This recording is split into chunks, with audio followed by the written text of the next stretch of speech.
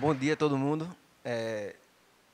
Bom, a minha apresentação começa com o desafio. Me passaram um desafio que não é nada trivial, que é falar sobre o seu sonho em 15 minutos.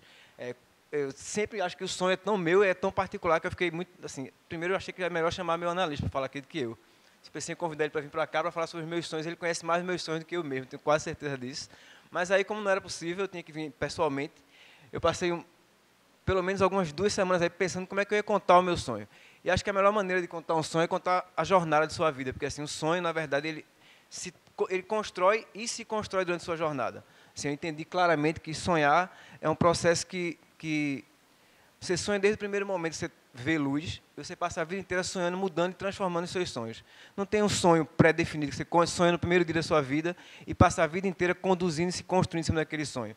Os sonhos vão se construindo, na verdade. É o que eu consigo perceber com esses meus dias de reflexão sobre o meu sonho, é que ele foi se construindo na medida que eu fui vivendo. Então, assim, eu tentei fazer uma apresentação que é uma linha do tempo, do meu tempo. Eu descobri coisas muito curiosas, por exemplo, que eu vivi durante 6 décadas, apesar de ter 46 anos. Aí eu fui construir a história por décadas, eu vi, a década de 60, 70, 80, 90, 6 décadas, como é que eu só tenho 40? Aí eu fui me dando conta que é óbvio que eu vivi 3 anos na década agora, 4 na primeira, então a gente não vivi 6 décadas inteiras, mas vivi durante 6 décadas.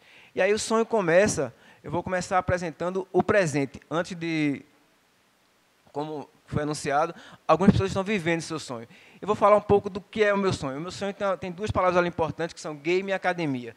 Esse é um sonho que foi construído ao longo da minha jornada, mas foi construído nesse sentido, no sentido de tentar integrar jogos, game e academia. Era um sonho distante, um sonho que, como todo sonho, como eu falei no começo, é muito meu, muito pessoal. Ele envolve todos os elementos da minha vida, como, por exemplo, as restrições da minha escola em relação a game, as restrições da minha mãe em relação a game, as restrições da minha vida em relação a... Mas game não pode ser sério, game é brincadeira, não tem nada a ver com game, aprender, estudar, viver de game, é um troço não trivial. Então, o sonho que eu coloquei na minha caderneta, no meu crachá foi viver de game. Então, viver de game é um sonho não trivial e viver de game na academia, muito menos.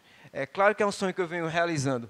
Essa é uma foto recente, minha, dando uma palestra numa universidade portuguesa sobre games e academia. Então, assim, esse é um sonho que eu estou vivendo ele. Eu não estou só sonhando com ele. Eu sonho ao mesmo tempo que eu faço, que eu vivo. Isso é muito bacana. Então, eu posso dizer que estava na universidade com a parede de pedra, daqueles auditórios de alguns séculos para trás, e assim, um monte de gente super séria e bem formal me assistindo falar sobre games. Quando eu lembro de como foi difícil levar game a sério na minha adolescência, é muito bacana ver esse resultado hoje. Então, eu começo o sonho, eu faço um retro para chegar nesse presente, eu vou lá para o passado. Eu vou começar o sonho na década de 60, onde eu nasci, e tem algumas palavras que vão marcar esse sonho o tempo inteiro. Essas são 2 palavras muito fortes na época. Então, assim, o meu primeiro imaginário, ele vem muito em torno de coisas como Star Trek. Foi lançado Jornada nas Estrelas em 67. Eu nasci em 66.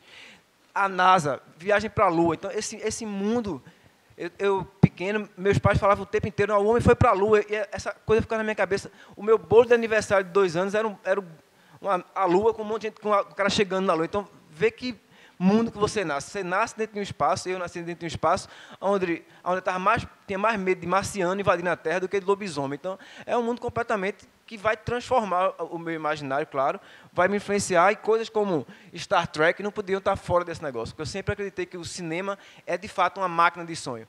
E como máquina de sonho, ela foi construindo, me ajudando a construir o meu sonho. Então, assistir Jornada nas Estrelas, ver os cientistas junto com os caras que atiram nos inimigos, esse movimento, essa mistura de ciência, academia, com guerra, com tiro, com disputa, com invasões extraterrestres, tudo isso junto me ajuda a construir o meu primeiro imaginário do que seria aquele possível, provável ou desejável sonho de integrar essas coisas todas na minha vida na frente.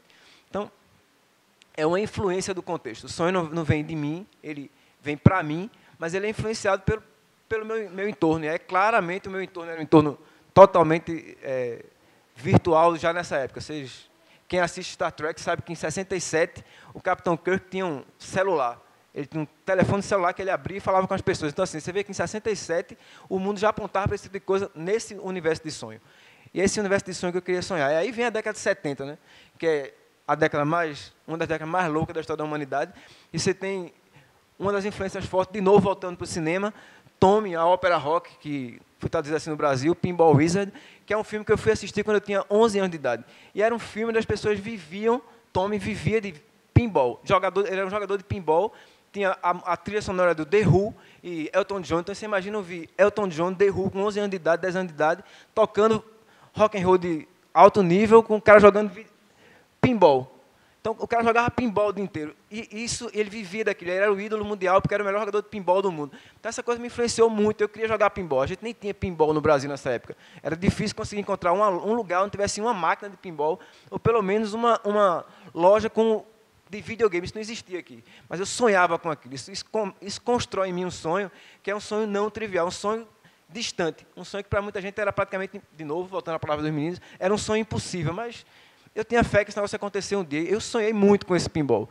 E nesse movimento, cheguei a fazer máquina de pinball de madeira em casa. Cheguei a fazer umas máquinas de pinball de madeira e jogava sem nada eletrônico e o placar era colocado de giz. Então, assim, a gente brincava com isso. Eu, criança, brincava de construir pinballs. Então, assim, eu já desde pequeno tinha isso foi me influenciando, me construindo, me ajudando a sonhar mais. E veio os anos mágicos da minha vida, a década de 80, Playtime. Playtime tem dois significados aí. Playtime do tempo de jogar mesmo, de fato. E Playtime eram umas lojas aqui em Recife, que eram lojas de videogame, que se espalharam pela cidade. E a Taito era o grande fabricante de videogame da época. Então, assim, essa é uma época para mim que ela começa no início dos anos 80 mesmo, quando eu vi o primeiro Space Invaders. Eu fui num restaurante lá com minha família e tinha uma máquina assim de lado, uma fila bem grande de gente, e era o Space Invaders que estava lá. Eu nunca tinha visto o Space Invaders, e aí eu fui jogar aquilo. Eu disse, como é que joga esse negócio? Fiquei na fila um tempão para jogar 15 minutos. Assim, botava a ficha, jogava um tempinho e saía e tem a fila atrás. Mas eu comecei a ficar assim, alucinado com aquilo. Então, todo dia, eu queria ir para o tal restaurante jogar videogame, porque tinha lá o Space Invaders na Avenida Boa Viagem. Eu ia para lá sempre que podia. Aí eu fui descobrindo esse mundo mágico. E aí, os anos 80, eles trouxeram para mim Space Invaders, Pac-Man, e aí vem um monte de coisa acontecendo, Donkey Kong. E nessa época, eu resolvi, eu tinha um pouquinho mais de 14 anos, 15 anos. Essa é uma ficha de Playtime da época, a ficha das maquininhas da Taito. E essa ficha, para mim, tem um simbolismo, porque é a primeira vez que eu descobri que dava para viver de game. Porque eu ganhava uma mesada dos meus pais, mas a mesada eu comprava algumas fichas e jogava pinball, na época, trocava os créditos que eu ganhava de pinball por ficha para jogar os videogames. Então, assim, eu transformava minha mesada em 10 mesadas jogando videogame. Então, eu disse, pô, dá para viver de game, pelo menos jogando videogame aqui nessa época. Eu resolvi passar um ano sem ir para a escola. Alguém falou de quebrar a escola, eu fiz isso nessa época. Eu passei o ano inteiro sem ir para a escola. O segundo ano, eu simplesmente não fui para a escola. Minha família disse, mas como é que você não vai para a escola? Eu disse, não vou para a escola, eu vou ficar jogando videogame aqui, porque eu acho que vai ter algum sentido da minha vida. E eu ficava jogando videogame o ano inteiro, na Playtime, nas lojas da Playtime. Eu visitava todas. Os técnicos que consertavam me conheciam e tentavam colocar a máquina mais difícil, porque quando eu chegava na Playtime, eu conseguia zerar a máquina, ganhava um monte de crédito. Eles apertavam os tilts lá para ficar mais rigoroso, para poder não ganhar tanto. Eu saía para outra Playtime e ficava rodando pela cidade. Fui bater em um lugar que eu nunca vi na minha vida. Descobri a cidade de Recife inteira nessa época jogando videogame. Então, eu comecei a sonhar. Aí é que eu sonhava mesmo que era possível viver completamente de videogame. Nem que fosse abrindo uma Playtime para mim, né? Uma loja daquelas. Aí, pá, quando eu saio desse mundo da Playtime, eu caio na década de 90 e vou para a universidade. Passei de ano no segundo ano. Passei no vestibular sem ir para a escola, que é um negócio inusitado, mas a escola é mais ou menos assim que funciona. Passo e, caio na universidade e vou fazer design. E aí, em design, eu descubro um outro mundo, um mundo completamente diferente, um mundo dos métodos, dos processos, e o tempo inteiro era como é que eu fazia videogame nessa época. Então, na década de 90, eu, enquanto estudava de manhã, estudava de tarde na escola e passava a madrugada inteira fazendo videogame num computador que eu tinha comprado, que era um MSX, bem pequenininho, que trabalhava com Assembler. Então, eu sabia decorado os vários endereços da ROM do computador e ficava apontando para ele, descrevia tudo em hexadecimal e publicava numa revista os artigozinhos. Um monte de hexadecimal para a galera copiar e digitar e ter os jogos. Então, era assim que eu fazia meus primeiros videogames, em hexadecimal completamente. E o mundo que eu vivia era esse mundo. Claro, isso era da década de 50, é uma imagem da Bauhaus, mas, assim, o mundo do design era esse mundo de experimentação, de fazer, testar, de ver as coisas acontecer. Minha primeira aula, eu lembro que era, pega um papel, uma folha de papel A4, construa uma estrutura aí, suba em cima, ela não pode cair. Um papel A4 está sendo um mundo muito de experimentação. Então, eu descobri que, com design, que método, processo e experimentação fazem parte desse universo. E as pessoas vivem disso, as pessoas vivem de fazer esse tipo de coisa, não é possível. Aí eu comecei a me encantar, e se eu for fazer isso com games, aí vai ser... Aí eu fazia todo tipo de experimento com videogame, das coisas mais inusitadas eu poderia fazer, e eu tentava fazer. Então, passei 4 anos na universidade brincando de aprender design, brincando, me divertindo com isso, me divertia muito. Passava a noite acordado, eu às vezes estava lá fazendo meu videogame, quando eu via o sol aparecer do gate da aula. Aí corria para a universidade sem dormir direto, ficava lá, dormia, cochilava na sala de aula, daqui a pouco acordava. Então, passei um tempo que eu dormia de vez em quando, meia horinha, e acordava de novo, e chegava em casa e ia fazer videogame, era o tempo inteiro assim, e vim bater na Universidade Federal de Pernambuco. Isso eu estudei em Campina Grande. Vim para cá nos anos 2000, quando eu fiz um concurso para ser professor da universidade, tinha me formado em design, e aí aqui dentro eu entrei como graduado, não tinha sequer mestrado, doutorado, eu fui fazer mestrado, doutorado. Aí eu fui para a ciência da computação. Disse, pô, já que eu faço videogame, já fiz design, já sei o que é isso, agora eu vou buscar entender mais do meu objeto.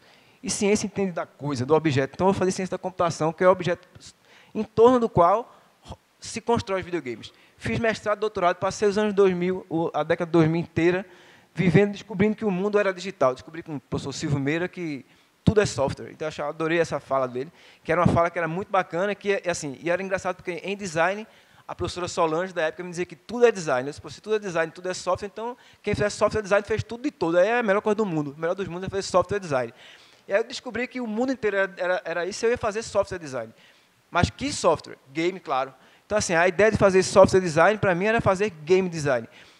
Nem sequer existia o termo game design na época. Era uma coisa assim, as pessoas faziam game de forma quase artesanal. Mas aí já começou a evoluir, a coisa vai andando, e chega um tempo que as pessoas faziam game design. E eu comecei a olhar para aquilo com um olhar de novo de encantamento. Ver que você vai construindo os sonhos, e os sonhos vão construindo você. E aí, durante o doutorado, eu mudei de área, fui para lá, fiz inteligência artificial, agentes inteligentes, rede neural. Para tudo isso, vai cair em videogame de novo.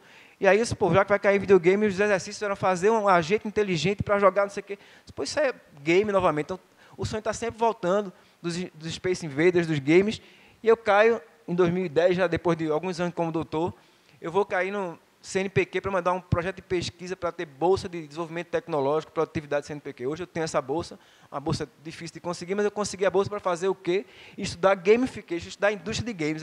Aí o sonho está quase se concretizando, porque eu chego em 2010 e consigo uma bolsa do CNPq, em 2009, 2010, para investigar e descobrir como é que funciona o mercado de game no Brasil. Isso aqui é um sonho bacana. Aí eu começo a poder passar o dia inteiro dentro da indústria de game. Então, meu tempo hoje, na universidade, já há 3 anos, é uma parte aqui, eu passo amanhã na universidade dando aula, almoço no meio do caminho entre a universidade e o Porto Digital, almoço no caminho, literalmente, quando eu consigo almoçar, porque dos 5 dias da semana eu almoço 1 ou 2, os outros dias eu como sanduíche no caminho, corro para poder visitar as fábricas de jogos, conversar com todo mundo, interagir, descobrir e discutir como é que se faz game design, como é que se gamifica o mundo com coisas como Foursquare. Então, como é que a gente gamifica o mundo? A gente gamifica o mundo transformando, usando princípios, elementos, conceito, usando o prazer de jogar para coisas que não são necessariamente prazerosas, como, por exemplo, ir para a escola. Então, a gente começa a transformar o mundo, e Pernambuco tem transformado o mundo nesse sentido.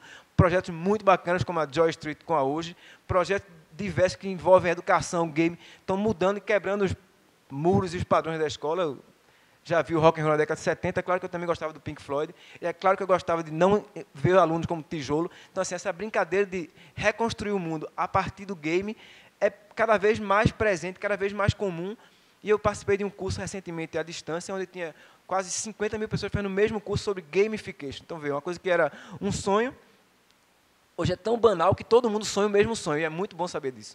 É muito bom saber que tem um monte de gente sonhando que o game pode mudar o mundo. A gente ganhou recentemente um prêmio num projeto que eu participo como pesquisador, a gente ganhou um prêmio Games for Change na América Latina. A gente desenvolveu jogos que podem mudar o mundo. A gente foi premiado na América Latina como o melhor jogo para mudar o mundo na América Latina. A gente também ganhou outro prêmio na Alemanha, que foi recentemente de uma das 10 empresas mais inovadoras do mundo, que podem mudar o mundo fazendo game. E game para educação. Isso é um conjunto de coisas que fazem parte de um sonho. É sonhar que é possível fazer isso. E como é que você sonha para o futuro? E o que é que eu sonho ainda? Claro que eu não paro de sonhar. Eu acho que ontem eu ouvi uma uma entrevista de um senhor de 103 anos, que é designer, Gillo Douflas, e continua vivo, sonhando e pensando no futuro. Então, a gente sonha e pensa no futuro sempre. Então, assim, o que é que eu vejo como futuro? Futuro, para mim, é, de novo, playtime. É claro que eu não vou pensar no meu futuro como futuro de pesadelo. Meu futuro tem que voltar para o meu sonho inicial. Então, eu sonho com playtime, eu sonho de novo e eu espero, na próxima década, estar jogando mais videogame do que eu jogo hoje, porque eu trabalho muito, passo o dia inteiro correndo para cima e para baixo, e eu espero que vocês me encontrem, não só aqui na universidade, mas também em espaços como Panda Arena ou o Norte de Azeroth, ou qualquer lugar assim. Aquele Panda sou eu, que estou lá e vou estar por lá, conversando com vocês no mundo de Warcraft. Então, assim, a minha expectativa de sonho futuro é estar mais ainda integrado com esse mundo. Só que não sozinho. Hoje eu jogo esse jogo com os meus filhos, e é muito bacana eu passar a noite conversando com eles no mundo virtual lá, a gente conversa, a gente destrói inimigos juntos, a gente constrói espaços juntos, a gente faz magia juntos. Então, assim, é muito bacana sonhar com os meus filhos pequenos que sonham comigo. Então, a gente hoje sonha, lê, passa o dia inteiro interagindo em torno desse mundo dos games, que é o mundo que eu vivo em casa, que eu vivo na universidade, que eu vivo na minha pesquisa CNPq. Então, hoje eu consigo dizer que eu construí meu sonho, e o meu sonho me construiu, claro. Assim, durante esses 46 anos, eu fui construído e, ao mesmo tempo, fui ajudando a construir um sonho de viver de game.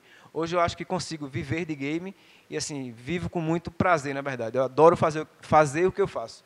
Adoro pesquisar games, adoro ir para a universidade, adoro ir para o Porto Digital ver as empresas de game, adoro jogar videogame. Então, é muito bom você poder dizer aos 46 anos que você vive do seu sonho e que você continua sonhando e viver mais ainda do seu sonho. Então, esse é o recado principal. Assim, não abandone os sonhos, sonhe, deixe os sonhos se construir, construa os seus sonhos junto com eles. Ajude a construir, mas deixe que o mundo vai construindo com você seus sonhos. Então, assim, não tenha medo de sonhar e nem medo de achar que vai ter pesadelo. Pesadelo faz parte dos sonhos. É só um tipo de sonho, não necessariamente um sonho ruim. É apenas um outro tipo de sonho. Mas os sonhos se constroem e constroem você. É isso, obrigado a todo mundo. O tempo está acabando aqui, eu tenho 5 segundos. Acho que eu consegui contar o meu sonho em 15 minutos, como eles me tinham pedido. Foi um desafio não trivial. Obrigadinho, bom prazer.